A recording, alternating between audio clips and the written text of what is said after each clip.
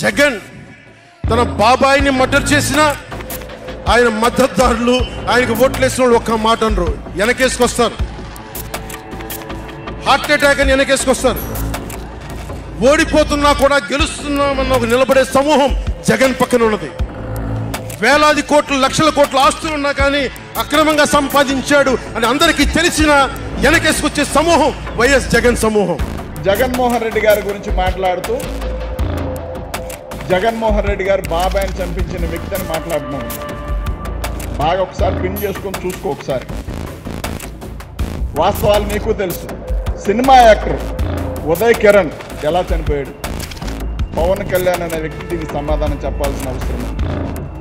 నీ హింస వలన తనని అన్ని రకాలుగా అడ్డుకొని తనకి ఏ అవకాశాలు రాకుండా అడ్డుకొని పూర్తిగా డిప్రెషన్లోకి వెళ్ళిపోయే రకంగా చేసి పవన్ కళ్యాణ్ అనే వ్యక్తి తను చావు కారణమైన వ్యక్తి పవన్ కళ్యాణ్. జగన్కి సంబంధించినంత వరకు పవన్ కళ్యాణ్ అంటే 3 పెళ్ళిళ్ళు 2 విడాలు. అతని దృష్టిలో 4 పెళ్ళిళ్ళు అంటాడు. మన 4వ పెళ్ళం ఎవరో తెలియదు, జగన్ ఏమో నాకు తెలియదు.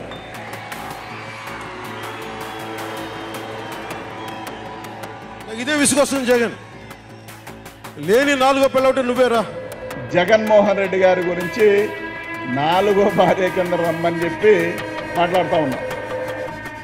నేను ఇన్నాళ్ళు 2 భార్యలు వదిలేశారు, 3 అంటే ఏమో ఆయన పరిస్థితులు ఎట్లా ఉన్నాయో మనకు తెలియదులే అనుకున్నా. ఇక ఏకంగా ఆడవాళ్ళు అయిపోయి మగవాళ్ళని పిలుస్తామన్నట్టు నువ్వే స్థితిలో ఉన్నావు? నువ్వే స్థితిలో ఉన్నావు? మగాళ్ళతో కాపురం ఏంటి? మగాళ్ళతో నీకు సంసారం ఏంటి? ఆడవాళ్ళు అవసరంలా, కానీ నీకు మగాళ్ళు కావాలని మాట్లాడుతూ ఉన్నావు. అంటే నువ్వు ఏ స్థితి నుంచి ఏ స్థితికి పడిపోతున్నావు ఆలోచించుకో ఒకసారి. జగన్ గుర్తుపెట్టుకో, అర్ధపాతాళానికి తొక్కకపోతే నా పేరు పవన్ కళ్యాణే కాదు, మా పార్టీ జనసేనే కాదు, మర్చిపోకో.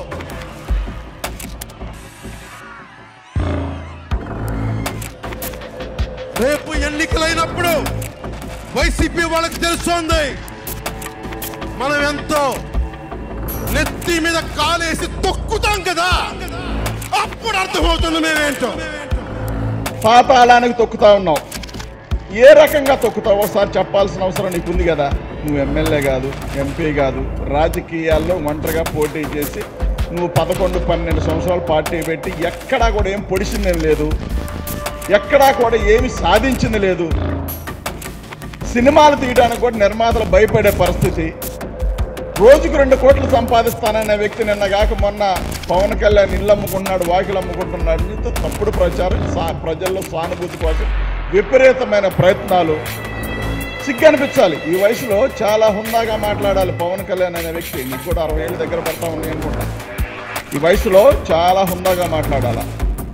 నువ్వు మాట్లాడలేవు. ఎందుకు మాట్లాడలేవంటే నువ్వు సహవాసం చేస్తా ఉన్నది ఎవరిది? 75 ఏళ్ళు వచ్చిన ముసలి నక్కతో సహవాసం చేస్తా ఉన్నావు కాబట్టి నీకు కూడా అదే లక్షణాలు అబ్బుతాయి.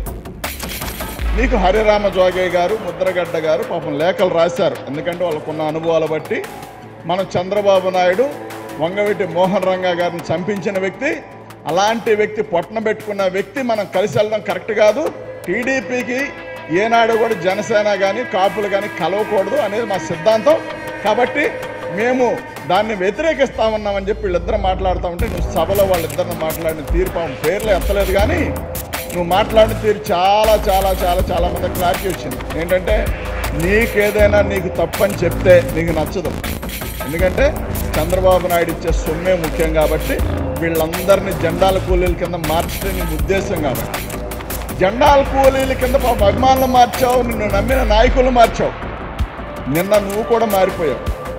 చంద్రబాబు జెండా పట్టుకొని, అంటే నీకు జెండా లేకపోగా చంద్రబాబు జెండా పట్టుకొని నువ్వు ఊపడం, నీ జెండా పట్టుకొని చంద్రబాబు నాయుడు ఊపడం అంటే చాలా అవమానకరమైన విషయం. మీరు ఏ స్థితిలో ఉన్నారో అర్థం చేసుకోవాల్సిన అవసరం ఉంది.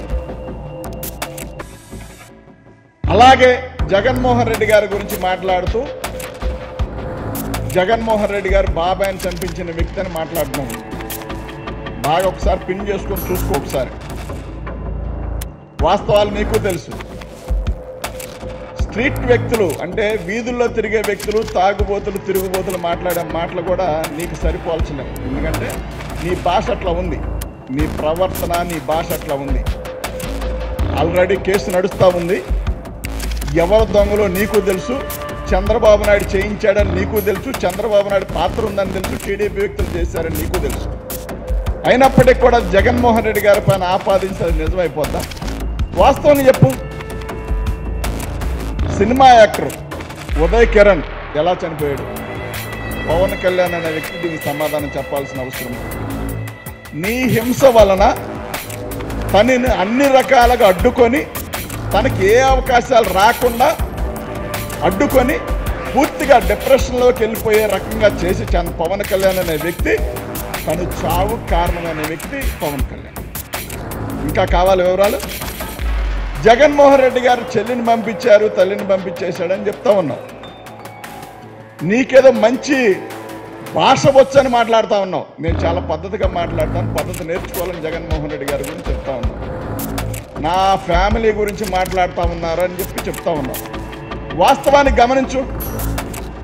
మీ అన్నగారు పిఆర్పి పెట్టినప్పుడు, ప్రజారాజ్య పార్టీ పెట్టినప్పుడు మీ అమ్మగారిని, మీ అన్నగారిని, ఆ పాపని, అన్నగారి కూతురైన పాపను కూడా మీడియాల్లో ఏబిఎన్ వాళ్ళు చేసిన రోత నీకు గుర్తుందా?